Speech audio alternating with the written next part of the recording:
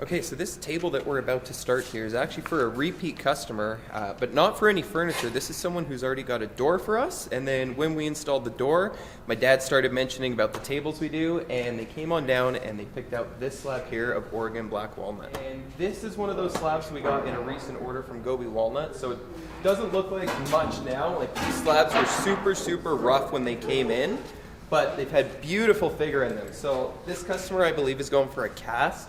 It's like 108 by 44 is going to be the final table size on this, and we're essentially just squaring the slab off. We're adding a tinted black resin, and I believe we're going to be doing the PPF on this piece as well.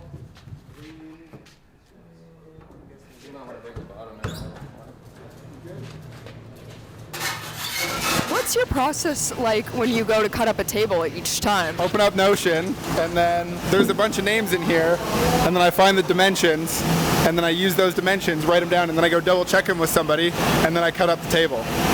When I'm cutting up a live edge table like this, then I make a line on the middle, and that's just the line now, and now it's square, and then I cut the end off with the saw.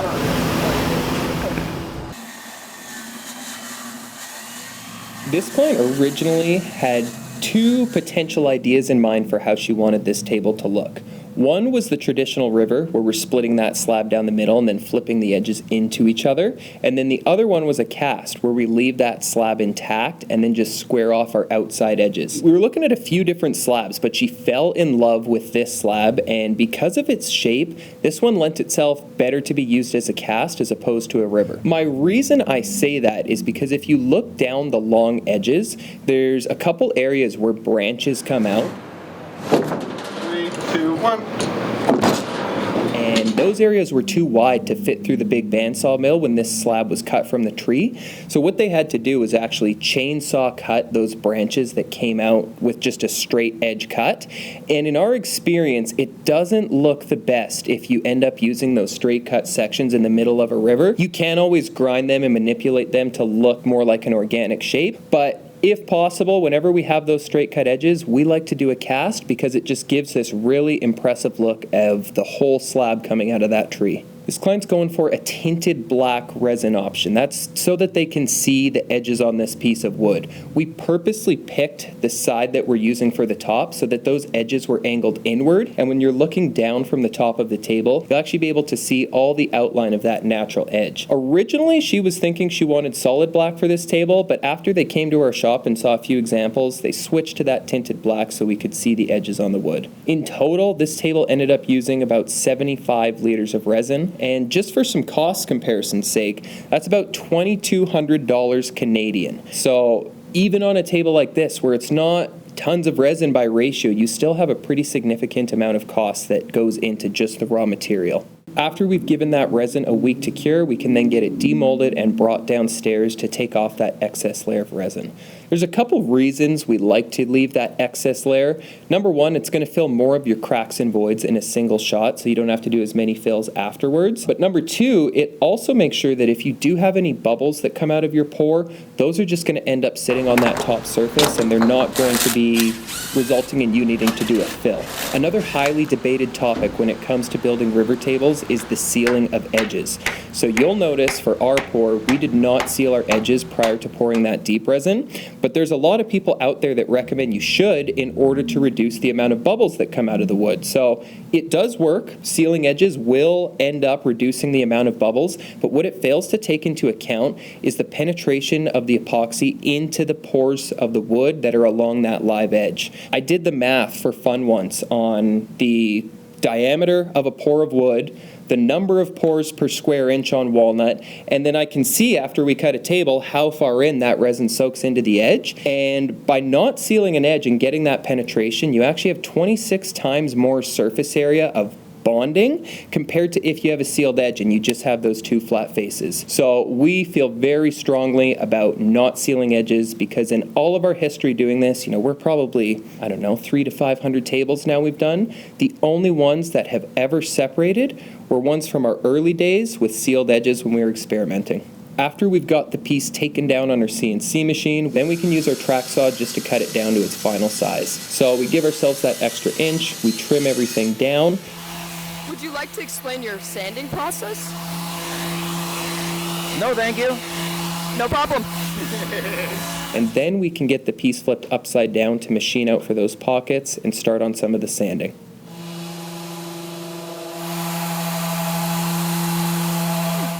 Why do we typically route out the bottoms of the tables with the router and not the CNC? Because we are running a lot of different projects in the shop right now, so the CNC is occupied with some door parts. So instead of someone just standing around waiting, we just have them do it by hand. Might take twice as long, but Randy's pretty quick at it.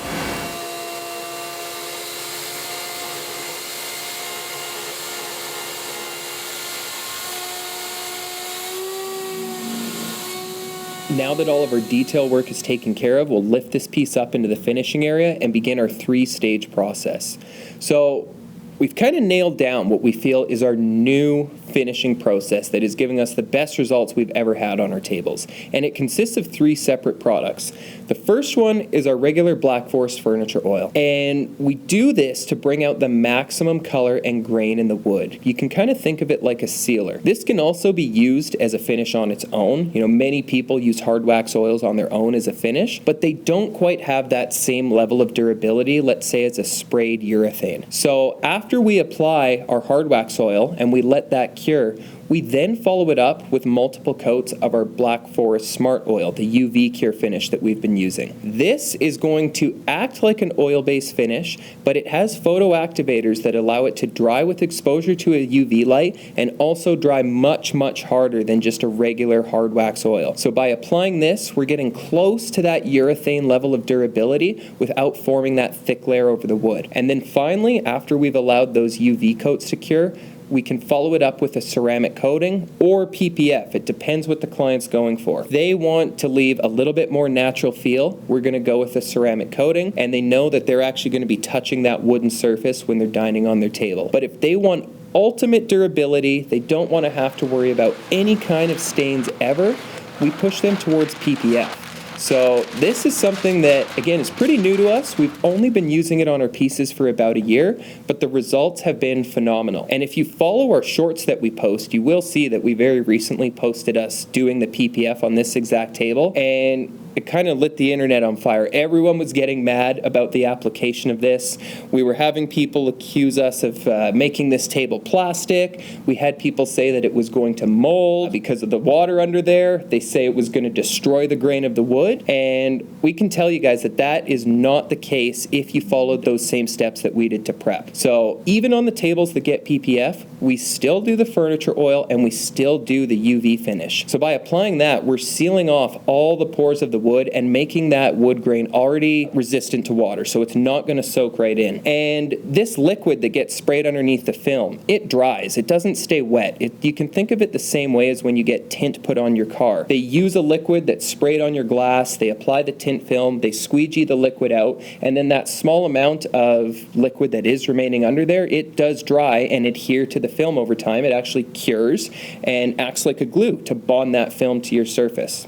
And the other big benefit of this product, on top of being more scratch resistant than your typical wood or resin surface, is it's fully self-healing. So even in the event that a client does get a scratch on the surface, all they have to do is take a hairdryer to the surface and it completely melts away that scratch. It's actually quite amazing stuff when you get to see it in action.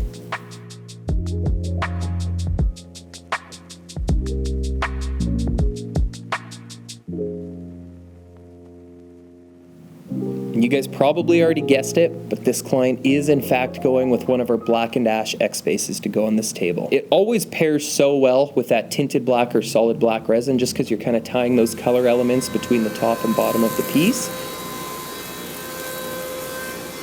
How long have you worked here? All my full life. See my hands? Ever since you were a baby? Even when I was in my mom's tummy.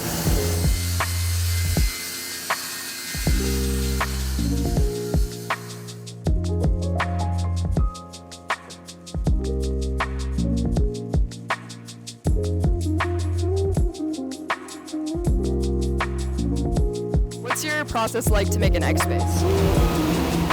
You have to start and finish.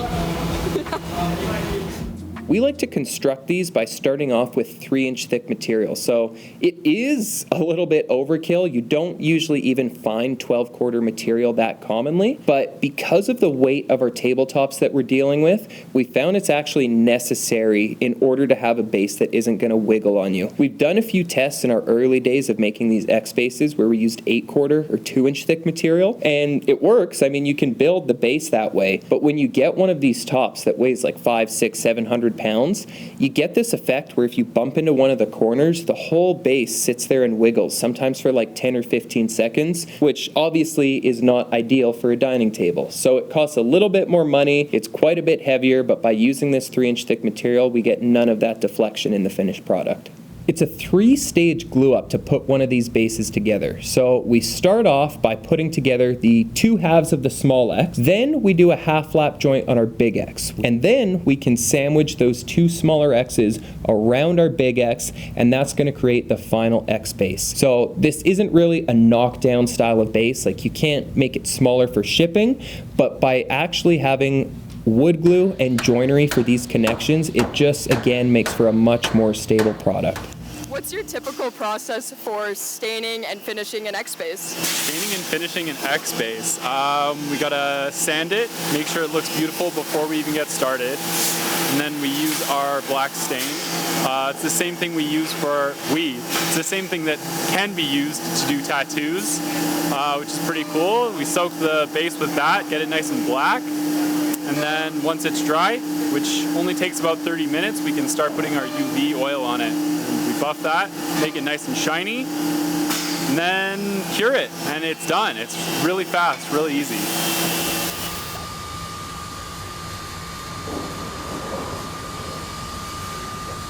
Could you explain your process on plates for the tables? We center the plates on the base. After we get those centered nicely on the plates, we flip it over, center the plate in the pocket we have on the table, punch out where we're going to drill, take the base off, drill all our holes, countersink it, put our inserts in, then we're good to go. So as you can see, Jack is doing the layout right now for those plates. So these are all custom manufactured, unique for each table that we do. We do this so that we can ensure we're not going to have mounting locations directly beneath resin and that you don't even see any of the plates coming out of the resin. We like to be strategic about this and have all of those plates land within the wood. On one side of the plate, we have countersunk holes, and those are for us to screw through and actually screw that plate physically into the base.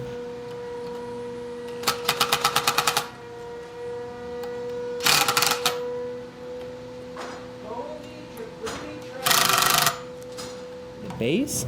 And then outside of that, we have slotted holes that allow us to attach it to the underside of the table, and those slots just give us the expansion and contraction that's required for the tabletop specifically. Because on a top like this that's about 4 feet wide, you're going to have close to a 1/2 inch of expansion and contraction because it's about 1/8 of an inch per foot of material.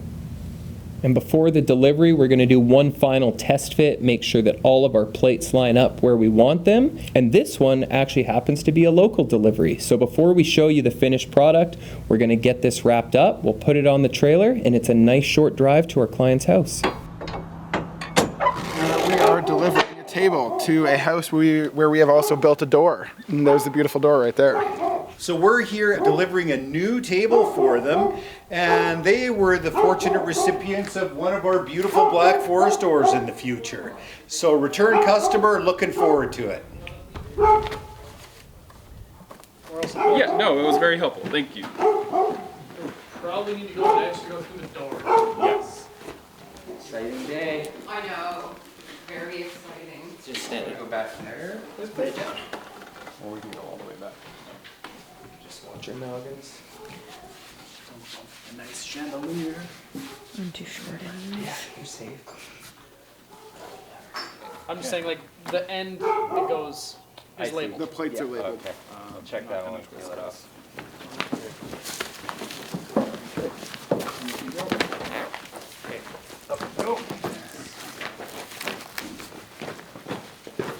Pick some shoes. Yeah. Okay. Okay. Does everybody anybody else working at the shop today? Yeah, we left a couple.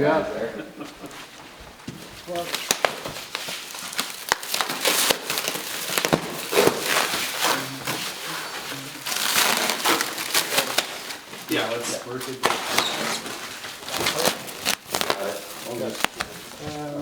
It's right behind you, Jeff. Meet you, Jeff. 3, 2, 1. Okay, Randy's lining us up. All right, slowly come down. I'm gonna guide you, keep coming down, everything's looking good. Going, just like that.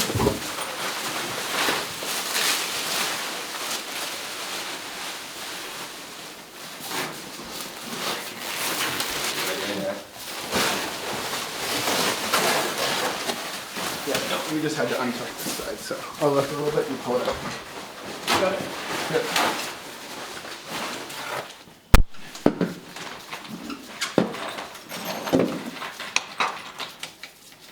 Chris, you want to pass me one more? Here. Jack's got me. Oh, you already know. I got one. That's all I can reach. Cool. Since all the bolts are in now, I'm gonna start tightening. Yes. I like a spray finish, but it's without all the inconsistencies. Yeah. You guys using a lot? Okay, so we are here on site for the delivery of our client's dining table. You may have noticed we came in through a Black Forest front door.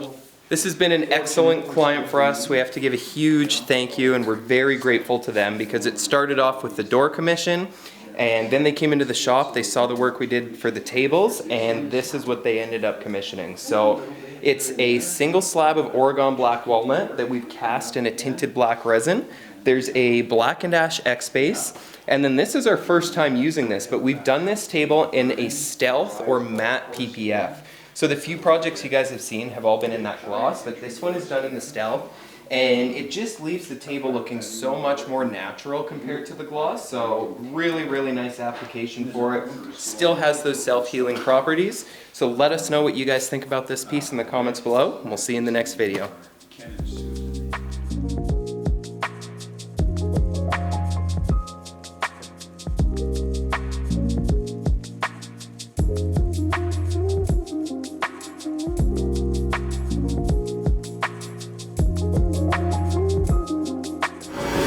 Drew Carey, Jim Carey, Jim Gaffigan. We need one of you to be our client. That'd mean a lot. Joey, what do you do around here? Is this like actually for camera stuff? Anything can happen.